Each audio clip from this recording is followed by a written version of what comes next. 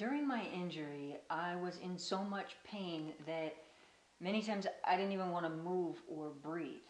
And yet I was still trying to figure out the answer and how I was going to get better. And so I'm going to physical therapy twice a week, seeing this incredible physical therapist, Carol, who would work with me in the pool. But the problem is that even the pressure from the water would actually increase my level of pain. And so I ended up getting transferred to working with Livnat, which ended up really being a turning point in my recovery, because Livnat's the one who figured out that I had CRPS and cared enough to think outside of the box, to look for different things, and didn't give up. I mean, at this time I had been getting nerve ablations and injections and all different types of infusions, all different types of things. And then it got to a point where everybody just said, you know, there's nothing else we can do for you. And I don't know if you've ever been in that spot before, but when you don't know what to do and nobody else knows what to do, it was just a really hard place to be. And it was like my world turned black, and I had like this one ray of light. That mindset helped my mindset to not give up hope and to keep trying. And I wouldn't be where I am today if I didn't keep hoping and keep trying and keep doing. And well, that... If you weren't going to give up, I wasn't going to give up. And vice versa.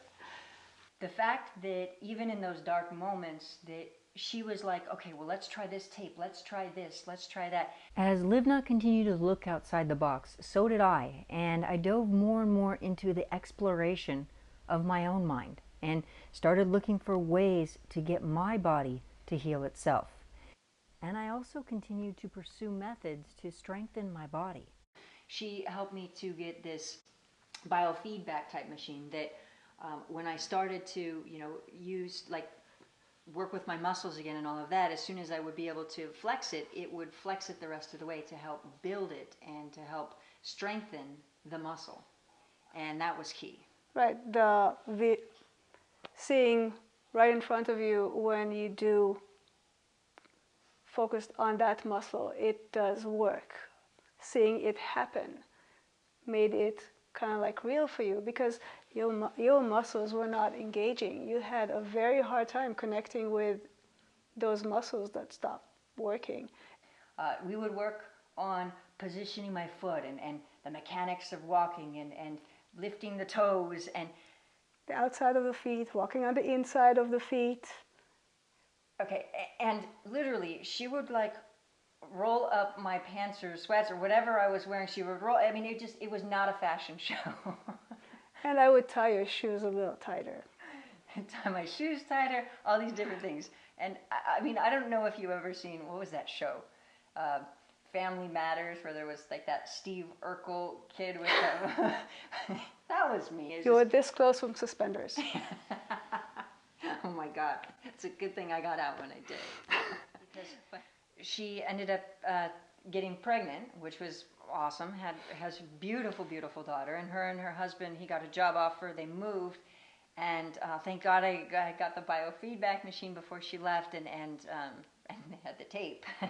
and you know, and by helping to work, just continue to work with my mind, continue to work with the biofeedback to help strengthen and reconnect myself with those muscles was just key. I mean, I think that, you know, the universe helps put amazing people in our life, and I just don't know that they could have put a more amazing, smart, intelligent woman with such a big heart who cared so much, and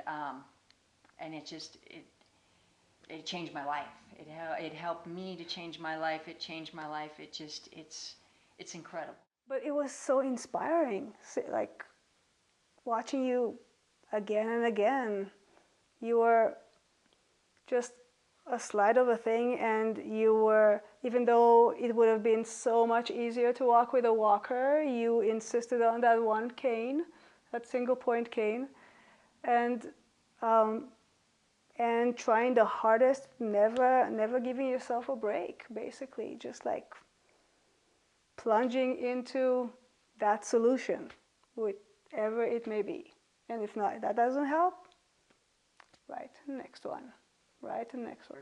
It's just, I'm so grateful. And this is what's also great is that, so all that time that I was using my mind and also visualizing and laying in bed and trying to figure out my mind and all of that, I would visualize getting better and healing. And I also would visualize skiing. I had forgotten that I had laid there and visualized about, you know, skiing and all of that, because I got better and I was so excited about living life and doing everything and trying this and trying that and go skydiving and everything that I wanted to do.